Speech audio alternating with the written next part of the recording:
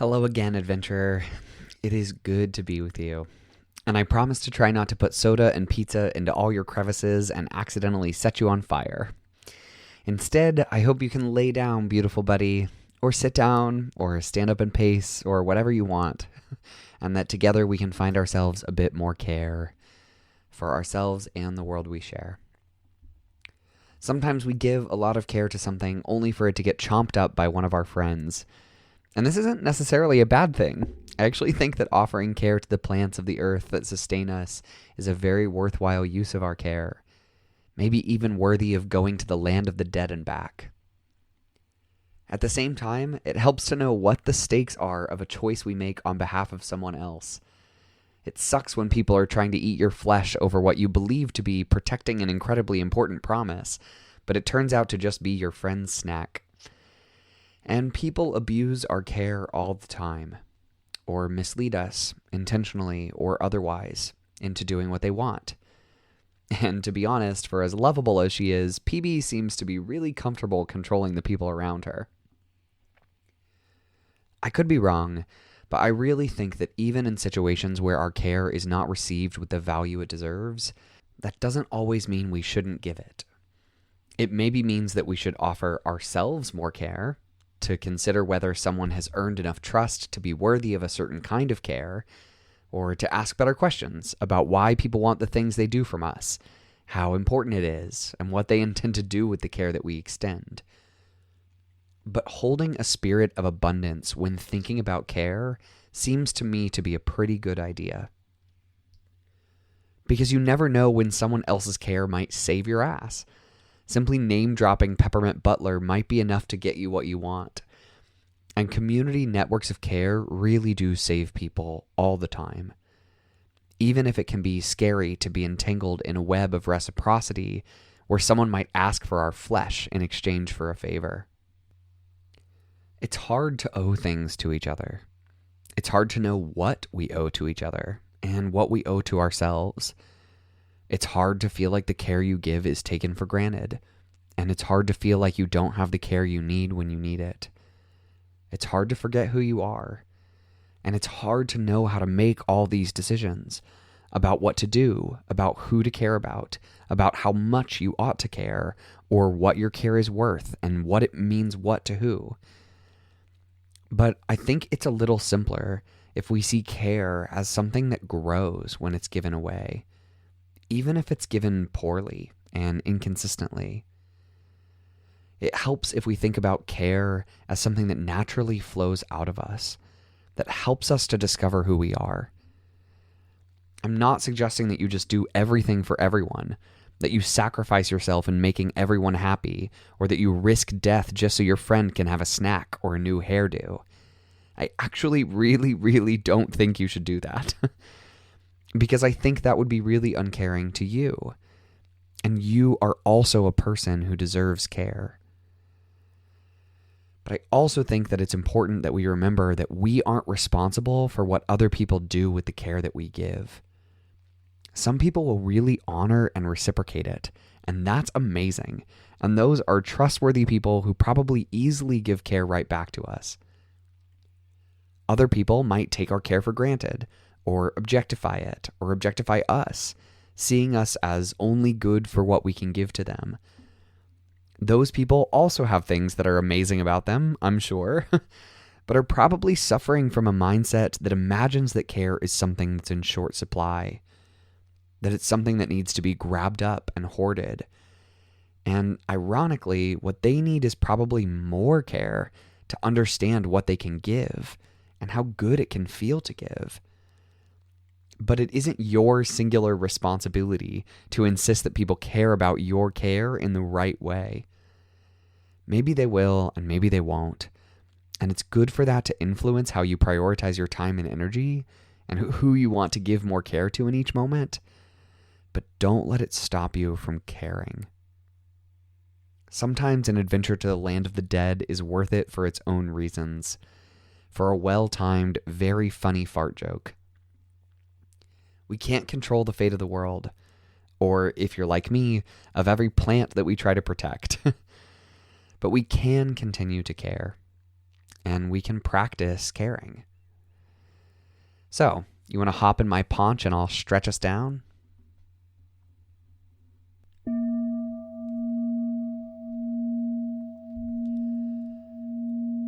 Find a position that works for now, and then accept it for what it is.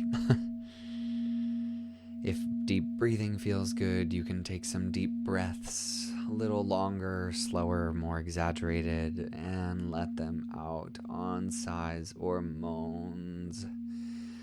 You can shake, you can wiggle, you can move your body, you can move your attention through your body from the top of your head down through your face, through your shoulders, letting them drop, your arms, your fingers, your knees and your toes. Just whatever kind of arriving you want to do, just do it. And this is not a posture of insistence. You're not demanding that you be here now. You're just kind of letting yourself gradually collect, like a stream that is filling up a puddle into a pool of water, just ever deepening with each moment as we sort of pause here together.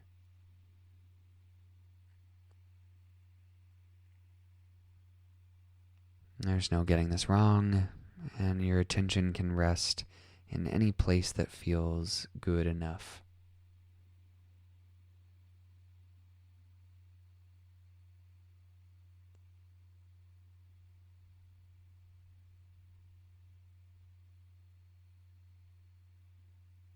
And with our practice being focused on caring, we can get curious about what that care feels like.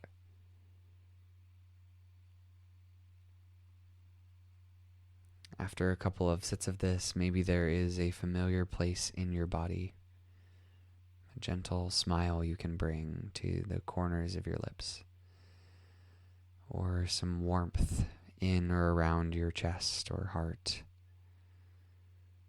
Maybe just a kind of bubbly, effervescent feeling. Or maybe just this sense that your body clicks right into place, that you belong in this vibrant world.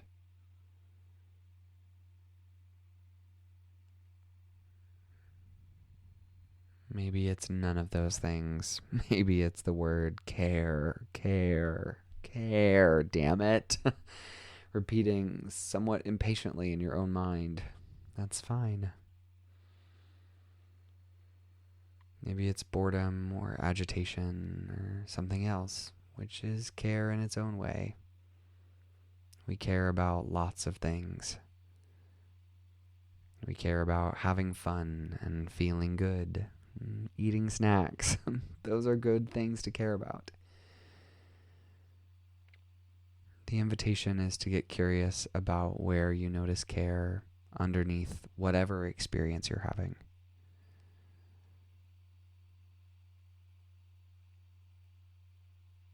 To look for the seed of care inside of each moment or experience.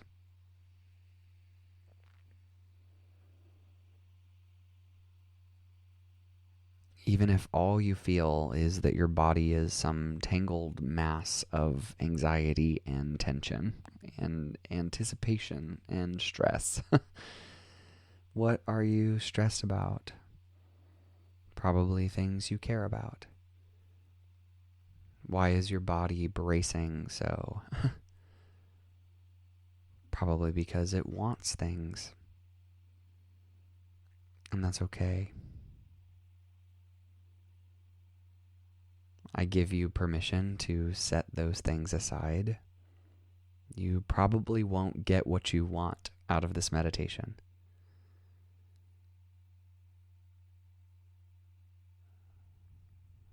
But can you extend some tender warmth and kindness to the part of yourself that wants it? To the part of you that cares?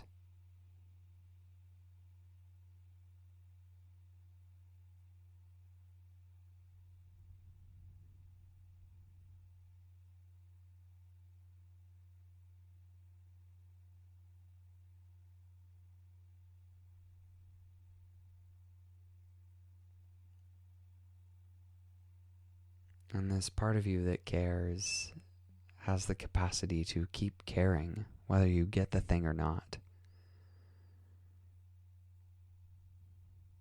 This sense of care is not a limited, expendable resource. It's a part of the very fabric of your life and our shared world.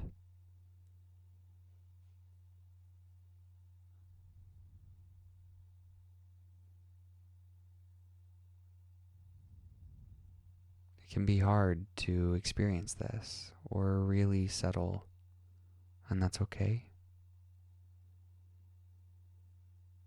This intention to pay attention, to care, is like a seed that we plant in the soil of our experience. And you do not eat the fruit on the day you plant the seed.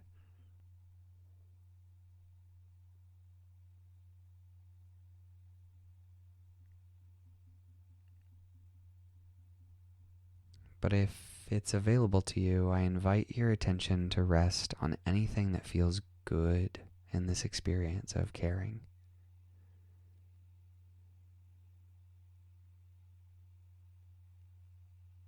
It might be a specific image that comes to mind, or a specific phrase, body sensation. It might also just be this kind of energetic intention or attention towards care. Thinking about care you've given, care you've received, and really nurturing with gentle kindness any part of this giving or receiving of care that feels really good. Or a little bit good is also good.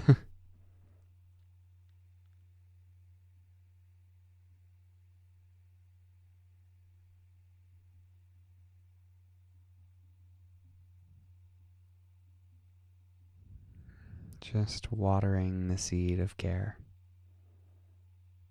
You don't control if it will grow, how it will grow. And you trust. Trust yourself and trust the care you've received.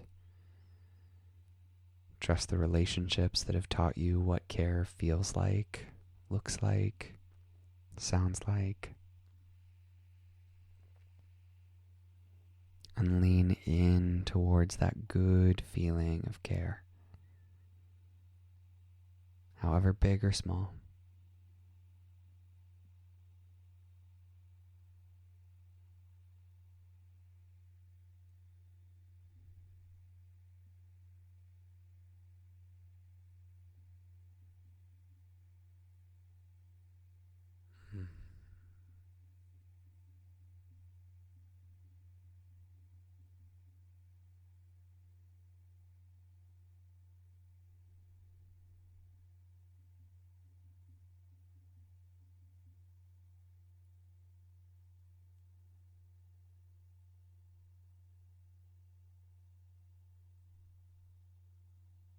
That's good. And of course, other things might be there too. Other thoughts or feelings or experiences competing for your attention, and that's okay. When you notice that they're there, can you gently and carefully, with great sweetness to yourself, return your attention to the sense of warmth or pleasure or ease that comes from reflecting on care.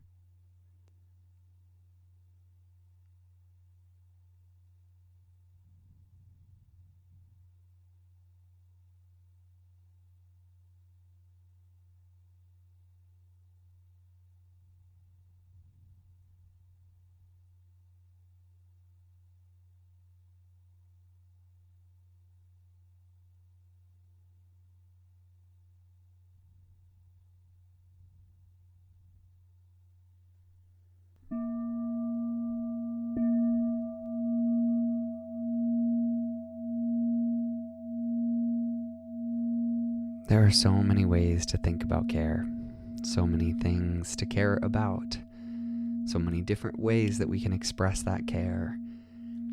It can all be rather dizzying, and I'm not here to try to tell you how to care or what to care about. I believe that if you listen to the sense of care that you feel within yourself, if you reflect on the times where you have received care that felt good to you, and on times where it feels good to give care to others, then this really will be a way that you can find yourself, your own powerful way of caring.